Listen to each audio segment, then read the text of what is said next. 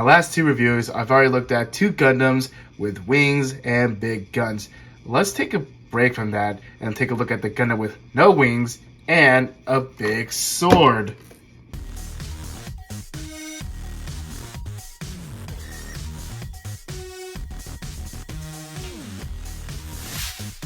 How's it going, guys? It is Plastic Disasta, and today I'm going to do a review of the high-grade iron-blooded orphans, the Gundam Barbatos Lupus. Now, last year I already gave a bit of a backstory of the Gundam itself, but here is something what I forgot to tell you last year. Yes, it is a predecessor to the Lupus Rex, just that the Lupus is an upgrade to the Lupus Rex. The thing is, like, it's the same Gundam, but it has a different weapon set and different armor. So you could call this a predecessor form. So on to the review, we have the Barbatos Lupus whipping out the sword mace, and in the background you have a battle going on. This side of the box shows the rear and front shot of the kit, and moving on to the right, it shows the Lupus in the action poses. This is one of the main selling points. See the Tekkadan symbol on the shoulder? That is actually a separate plastic piece. That is a really good color separation. Moving on to this side of the box, we can see that it's an advertisement of another IBO kit, the HGIBO, and the weapon set. Keep in mind, this is sold separately, so if you want to give the Lupus more weapons, you're going to have to buy more weapons. And the weapon set also comes with an open palm hand for the Lupus. Isn't that kind of mean, Bandai? So cracking open the box, we are greeted with two bags of runners and a manual. Looking at the cover of the manual, we see a familiar box art, and moving on down, we have the information of the Gundam and the pilot. If you want to read, feel free to pause and do so. Looking at the parts list, it looks like we're going to have a few leftover polycaps and a few leftover parts. Looking at the back of the manual, we have more information. We got two familiar images, and we got two new images of its nice pose and a close-up of its face. And right down here is a color guide if you're planning on painting it, and an advertisement for other IBO kits. Starting off with Runner A is going to be the inner frame parts for the Gundam. Runner B is going to be a multi-colored runner. We got the blue parts, the red parts, the yellow parts, and it seems like we have like a big chunk of the mahogany color parts, and I just realized it is upside down. Runner C is going to be the white parts, small polycap runner. And finally, you have a sticker sheet. With only 3 runners, I'm going to assume it's going to be a very quick build. And plus, high-grade iron-blooded orphans kits tend to be cheap, so that's why you don't have a lot of parts. I'm going to put this kit together right now, and I'll see you guys after the build. And here is the Lupus all put together. Now, as for building experience, if you guys already built like a bunch of IBO kits already, you already know what to expect because you have an inner frame and then you put the armor around it. But what makes this inner frame a little unique is that it extends the wrist, from what I heard, because the Lupus has longer arms than the regular Barbatos. In terms of out-of-box presentation, yeah, it's actually pretty good. It is if we're talking about color separation. The details, however, I highly recommend you panel line this kit because there are a ton of details that are gonna pop. Not only are you gonna have to panel line it, try to put some detail paint as well, because this is like one of those like model kits that Bandai encourages you to detail paint, and I'm not gonna do that for this review because this is another kit I want to do for a painting project. But anyways, let's talk about seam lines and sticker placement. Now, as for seam lines, you're gonna love this because there's actually very few of them that you're gonna have to deal with.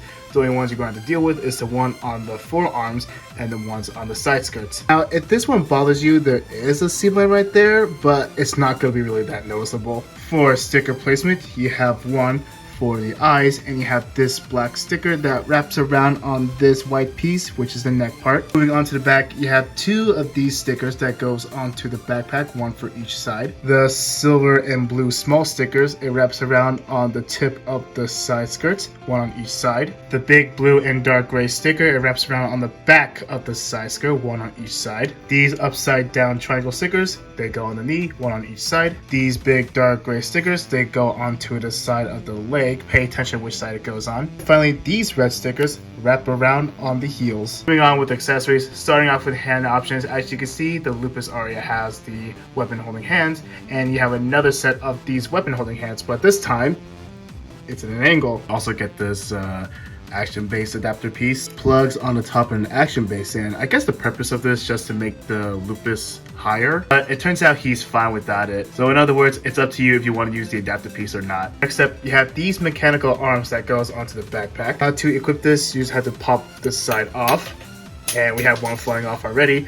You plug this one onto this peg right here, and you plug this right onto that ball joint, and that is how it looks. And for articulation for this one, you get a rotation right here, a rotation right here, and a ball joint right at the end. As of now, I don't have any extra weapons that can plug onto it, so it's gonna be useless. Maybe it won't be useless if I put in the sword mace, and yeah, that is a final accessory for the Lupus. If you put in this pose, he looks like he's about to grab his sword. And speaking of posability, let's move on to the articulation. Starting off with the head, you do get a double ball joint. Ball joint on the shoulder pad can move out, and for this red piece, you can extend it out and you can move it up and down, and the arm can move up this high, which is pretty nice. Bicep swivel, single joint on the elbow, which gives you more than 90 degrees, and there is a ball joint on the wrist, which is a little tight. There's a bit of an ab crunch. There's a ball joint on the waist. The front skirt can move out this far. The side skirt can move out this far. And there is a bit of a rotation on the side skirt. And moving on to the rear skirt, it doesn't move. Rotation on the hips, thigh swivel, single joint or double joint on the knee. Moving on to the feet, there is a ball joint right up here. You do get a toe bend, and this foot armor can move up and down. And as for a pivot, it's a damn good one. And I forgot that the toe can bend upwards just a little bit. Moving on to the backpack, you have this twister that can move up and down. And what I forgot to tell you is that these two are adapter pieces to hold the weapons. Overall, the articulation on this kit is actually pretty good. Now, if only I have the weapon option set, I could do more poses. As comparisons, here it is right next to its successor upgrade, the Barbatos Lupus Rex. I thought the Lupus Rex would be bigger, but the only thing that is bigger than the Lupus is the weapon. And since this is Hero's Mouth for the predecessors, here it is right next to the Freedom, who fell again, and the Wing Gundam, and of course, the Shining Gundam, who is the shortest out of all. Well, actually, both the Shining and the Wing are the shortest ones. Finally, here's Lupus right next to Optimus Prime and Godzilla. So that's about it for the size comparisons. Let's move on to my final thoughts. So, for my final thoughts, overall, I really enjoyed this kit.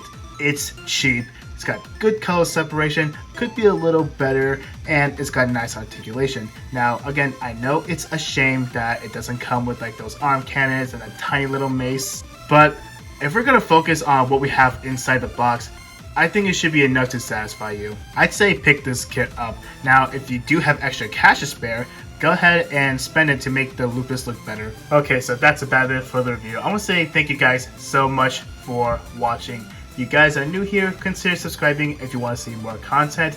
Questions, concerns, comment down below, leave a like. I'll see you guys in the next video. Welcome back to another segment. Now, for this one, I want to talk about the Lupus's side skirts. Now, the Lupus's side skirt is like really long, and I know there are some people who are not a fan of it, but if you don't like that, you can swap it out with the Lupus's Rex side skirts. Okay, now that I pop out the Lupus's Rex side skirts, as you can see, they both have the same polycap connections. Now that I swap them around, now I can see why people like this better.